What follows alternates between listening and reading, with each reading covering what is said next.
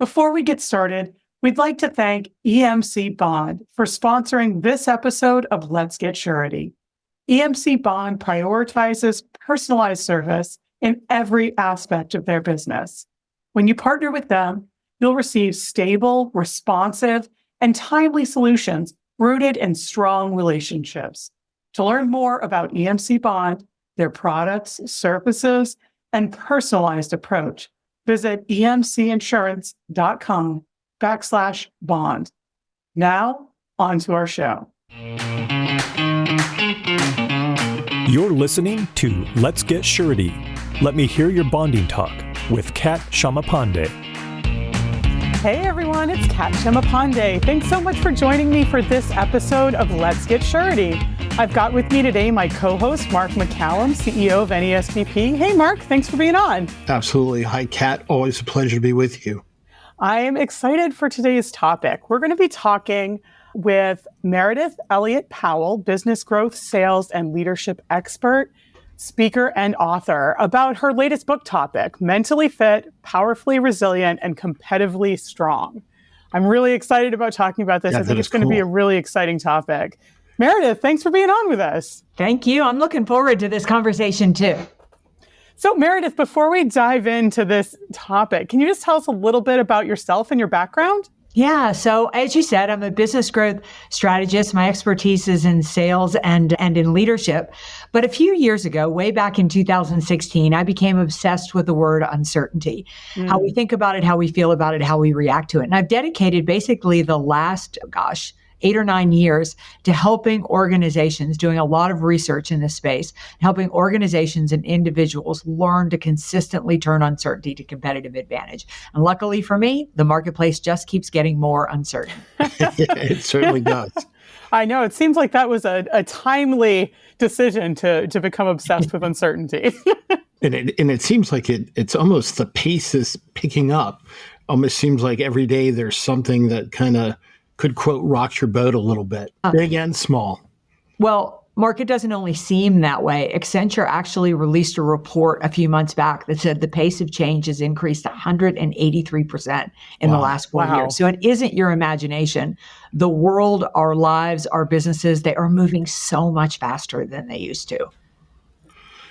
You know, and with that kind of change and that kind of uncertainty, many people, including myself, can find it very unsettling. You know, and trying to figure out, well, what do I do next? And what are the kinds of things that I need to be doing for myself and for others to put me in a place to do the best I can? Is that what you're seeing with the folks that you speak with and talk to? It's really interesting. When we started doing the research, it is more the fear of the unknown than actually what happens to us that really prevents us from all of that anxiety. And when you get into the research, it's really fascinating because when you're afraid of the unknown, when you're afraid of the amount of uncertainty out there, it actually shuts down the part of the brain that needs to be creative and innovative. And that's going to determine a bad result. But the great thing is, if you learn to embrace uncertainty, sounds so easy, right? It'll actually drive innovation and creativity. I think it's amazing that we are built to deal with uncertainty. We just get so many negative messages about it.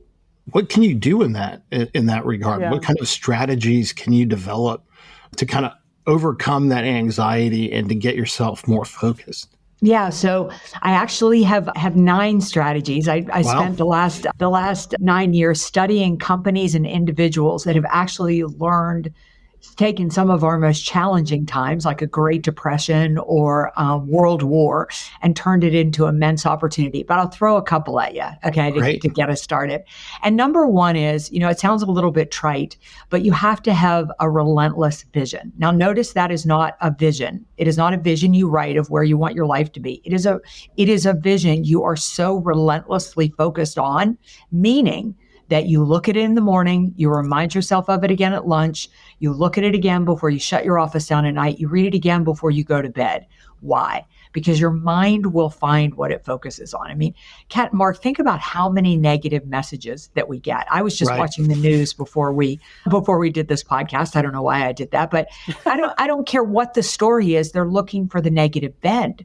Add to that, our brains are wired to protect us. So they're wired to fear a threat. Right. So you've got to work very, very hard to recondition your mind to believe that opportunity is possible. But it's amazing that when you focus on what you want, the mind will find a way to get there. So how do you find that that vision in the first place? I mean, with all the distractions, I mean, do you disengage and then kind of create a kind of inner, list of things that you think are most important to you, or how do you do that? Yeah, so such a good question. I always tell my clients that in order to have a really strong vision, you need to have it in 5 areas of your life to really be healthy and to be clear and to be focused. You need, obviously, for your career, your business. You need to have one for your finances. You need to have one for your health, one for your relationships, and one for spirituality, whatever that means to you. And so what I tell my clients to do is go for a hike, go for a bike ride, spend half an hour sitting in your house just by yourself and thinking, if I could fast forward 1 year from now, where would I want my finances to be? Where do I want my career to be? What do I want my relationship to be? Where do I want my health? And just write out a sentence. The beautiful thing is this isn't for anybody to look at other than you. So right here in my desk drawer in my office in Asheville is my vision. And I read it 4 times a day. It takes seconds. And then every year I find my mind finds a way to get there. So you have to be focused on that vision. Right. Well, and you use the term relentless. Yes. Yeah. So I guess, as you said, taking those actions, repetitive actions to make a point to read it every day, are those some of the strategies to maintain that focus? Exactly. That you look at it, that when the mind starts to wander to the fear, you pull it back by focusing on the positive. Have you all ever been on a whitewater rafting trip? I have, actually. Yeah. And so, in a whitewater rafting trip, what do? They point out the obstacles on the river, and then they focus your eyes on the calm water where the raft needs to go. And they'll tell you to focus on the calm water. And you think you're going to die when you're going into that class 5 rapid, but you focus as hard as you can on that calm water, and somehow you wind up there. Your life works the same way.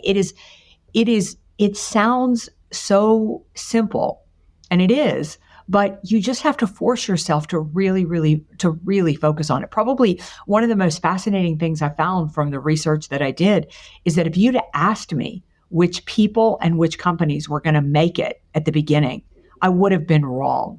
The power of the vision, it outpaces money, resources, luck, anything. The brain is very powerful, but you have to protect the brain. Well, it's kind of interesting you use that analogy of whitewater rafting, because I know I had a good team with me going down those rapids, right? So you're not only focused, but there are other people that are also focusing on the same mission. Do you see that as an important component of coping in these uncertain times? Yeah, you really have to be very guarded about who you surround yourself with. But, you use the term team, and I think this is so important. Whether you lead a family or you lead a team at the office, you lead both or what, you need to realize that most people, in fact, 80% of people are tactical thinkers. We can only see what is right in front of us. We're not visionary. We're not strategic. So that is why uncertainty is so difficult. When your company is going through change, or a child moves out, or aging parents move in, we freeze in the middle of it because it's all we focus on. Somebody's got to be painting that bigger picture and helping us see beyond. And when you switch the focus, your team will go with you. So that's a big responsibility for leaders to take on to help guide their team through this. Oh my gosh. We were talking about in the green room that 1 in 4 people today are suffering from burnout, overwhelm, and total exhaustion. They are looking for a leader that is going to step to the plate to help them go through it. Most say they do not feel that their companies are giving them the skills and the tools and the resources to navigate this uncertain marketplace. And I think that's probably true, because most of us are doing business the way we've always done it. We're living our lives the way we've always lived them, when the world is completely different. So it would need to call for a new set of strategies. But the interesting thing is, if you look at a really amazing leaders, you look at like a Winston Churchill, you look at like a Martin Luther King Jr. I mean, think of Martin Luther King Jr. I had a dream speech. I don't know what it was like to fight for civil rights, but I'm sure people wanted to give up. I'm sure they thought, They didn't even think they would get them. But he painted the picture of what was possible and created intrinsic motivation.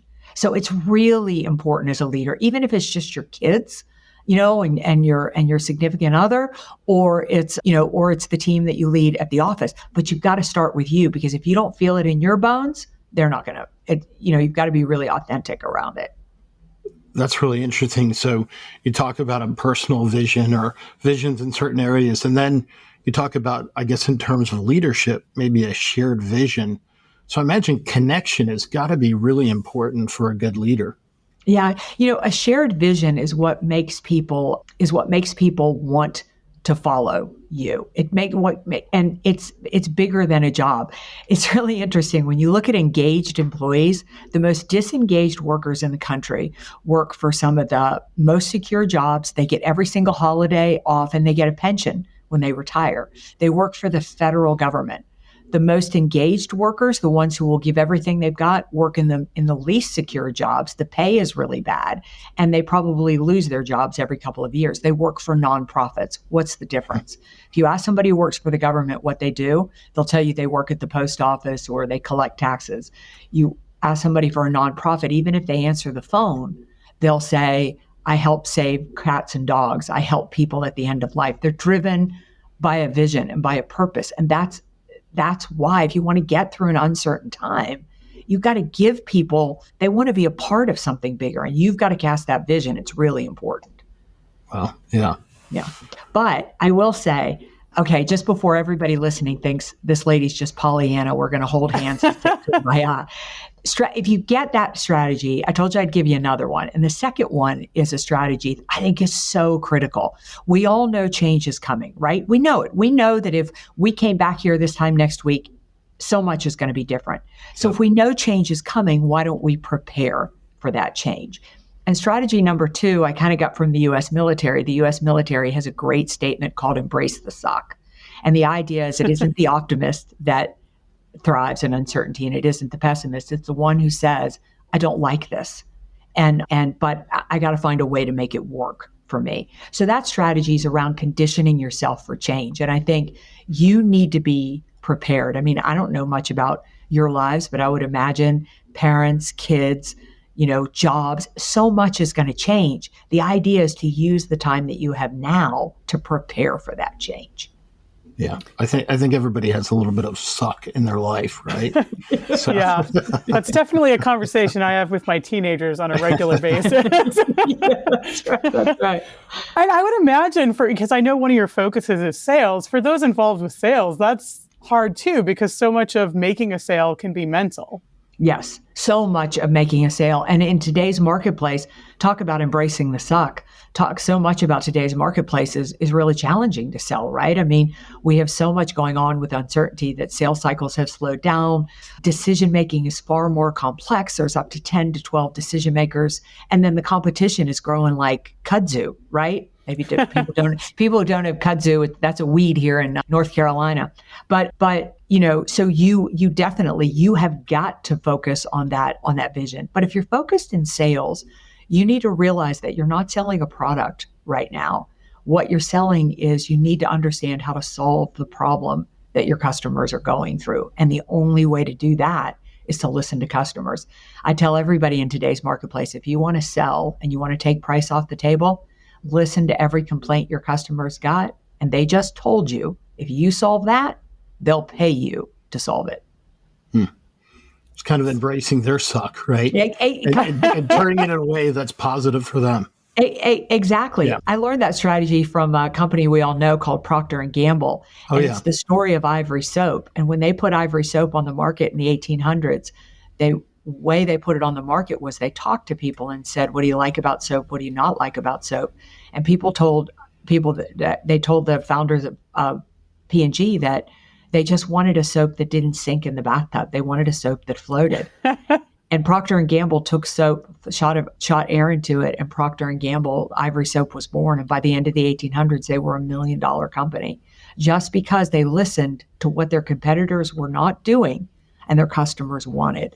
And if you do that, that's the path to growth and profitability in an uncertain marketplace. Well, and that kind of goes back to what you were saying about the importance of connection, right? Yes. And finding it in different ways to be meaningful to those around you. Yeah, so important, right? Like you need to realize that in today's marketplace, nobody feels heard. So if you're the salesperson and you're going in and going, look, I want to figure out if I'm the right person to help you. So just talk to me. Tell me everything you're feeling, everything that's going on. I know you've got challenges. Here's the research I've done. Dive deep for me. Like you are so different than everybody else, right? And all you're doing is listening, just like Procter & Gamble did, to the one thing where you can grab hold and you can really help. But nobody feels heard and listened to today. And kind of to your point, Mark, it's how listening is one of the biggest ways we show we care. Right. I would think that would be a tremendous comfort when you're also facing uncertainty to know that others are listening to your needs and where you are, right? Absolutely. Does empathy play a role in leadership today? Do you think that's important? I think empathy plays a huge role. Empathy, though, but not sympathy. Okay. And I kind of see kind of a confusion with that. Like, I feel like what we've done with a lot of engagement programs is we've gotten more into the sympathy mode than the empathy mode. And that's why I wrote Mentally Fit. I think what's missing in the marketplace is my job as a leader is to help you understand, I get it, it's hard. You got 4 kids at home, your husband just lost his job, and your mother-in-law just moved in because there's no room at a nursing home. It's a challenge. But I'm not gonna let you slack at work because of that. What I'm gonna do is I'm gonna give you a path out of this by showing you how to become successful, take care of yourself, and build the muscles that you need to build to become resilient. I mean, all this stuff that we have done with employees, again, it is, when I gave you the statistics on the federal government where it works versus nonprofits, it isn't the massage that you give people every Friday that's going to keep them there. It is, are they working for a place that cares about them, but it's going to push them to become all that they can become? Right. Yeah, that's such a good point, because I do think it can be easy to fall into the sympathy path versus empathy, because you do want to help people and do what you can. So that can be really tough. Yeah, absolutely. And like I said, I always say to my clients, I say, you give everybody 30 days for their life to go crazy. So, maybe your mother-in-law moves in, husband loses his job. You get 30 days to try to figure it out. But after 30 days, I'm not doing you any favors letting you slack. Mm-hmm. And I am going to help you through this, but I'm going to do it by pushing you. You think about like great high school coaches we had for whatever, if you played a sport or maybe you played music, and somebody who just didn't let you get away with not practicing as hard as you needed to practice or not performing at a musical because you were nervous. They pushed you, and that led you through to another level. I mean, I think as leaders, the greatest gift we can give people is confidence. And the only way you can get confidence is by progress, and part of progress is falling on your face. You used the word resilient or resiliency, right? And to me, I think that's a really important quality, particularly now with all the uncertainty. So how do you build that for yourself? And then how do you foster that in others around you? Yeah, I think one of the most important things, I love that you said, build it for yourself first. I mean, you've got to be filled with resilience before you've got to role model it before you can expect it of anybody else. But number one, I do think you need to have a vision. I think you do need to believe that there is better out of there. And then the second is, I think you need to focus on action. Like one of my favorite things to do when I lose a deal, that deal that you were so sure you're going to come through, and it was that deal you needed because you need it to make your goal, is when I get the word that says we've gone another direction or we didn't choose you or something like that, is I just get on the phone and I start making sales calls, because that is an action I can take. I cannot do anything about my circumstances, right? But how I build resiliency is I go, I didn't like that. That doesn't feel good. But if I sit in that, I get soft. And that's why I get right on the phone and I start making sales calls, because my whole energy changes because at least I'm taking action rather than licking my wounds. So I think you give people a tiny bit of time to lick their wounds and to feel badly for themselves, but you push them right back into action. And you've got to be that person. You've got to be that person too. I like that. I mean, you hear the old adage, once you fall down, get up, dust yourself off and move on. And I think that's kind of what you're saying is like, okay, you've had maybe a difficulty, but now you're going to get back into it. You're going to get focused. You're going to take an action, which shows your control going forward, right? Yeah. It's years ago. It's been 22 years now. My first husband passed away. And I remember cleaning out his things and cleaning out our house. And I remember just falling on the floor in a puddle of tears and really feeling sorry for myself. And I can picture this right now and I kept thinking, when is somebody going to show up and fix this? And then all of a sudden it occurred to me that nobody was going to show up and fix this. There was no knight in shining armor coming to the front door. And if I didn't want to be on this floor a year from now, I needed to do something different. And I think that is really a gift that we can give people, is to say, I get you don't like where you are right now. It's a bummer you didn't get that job. Sorry you haven't hit your sales goals. I wish we would have promoted you to the leader position, but you didn't get it. Let's talk about what we can do that when the opportunity arises again, you're ready. And that taking action is like, it's the body shifting state is so powerful. It's so emotionally powerful. Well, and I like that you said that the focus is you should start with yourself first, especially when we're looking at the uncertain times you mentioned. With these uncertain times, it does seem like you would have to focus on yourself before you can help your team as well. Yep, absolutely. And I think you need to be authentic with your team. Like, let's assume we just went through a great big merger. And, I might come to the two of you if you work for me and go, you know what, we're heading through, this is the third merger in 5 years. I get it. It is tough. It is hard. I don't know how it's going to turn out, but the three of us can do it. So I'm not going to act like a merger's positive and there's no challenges with a merger, because that's not authentic. It's like getting a new CRM. We all know how awful that's going to be. So you kind of embrace that, but you then turn around and say, we can do this. Let's gather our ideas. And to Mark's point, at that point, I'm going to listen to you for your ideas and opinions. The goal is non-negotiable, but I want to listen to you because that's how you feel you have a level of control by getting to speak and me hearing you. Right. Yeah. Well, Meredith, it has been great having you on and talking to you about these methods that we can use to kind of embrace the suck for ourselves and then help others do the same. Can you tell us if people want to learn more or to check out your book, how can they do that? Yeah. So they can always find me at my website, which is just the words valuespeaker.com, just the words valuespeaker.com. I blog and I shoot a lot of videos on a weekly basis about this subject. And then my most active social media channel is LinkedIn. And I just want to leave the audience with the understanding that, believe me, I've done it through the research. Uncertainty can be the greatest opportunity. It is the break you needed if you shift how you think about it.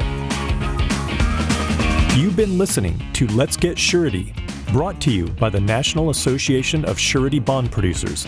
For more information about the NASBP and its members, visit nasbp.org.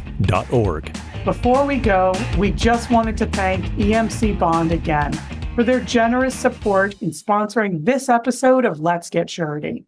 EMC Bond prioritizes personalized service in every aspect of their business.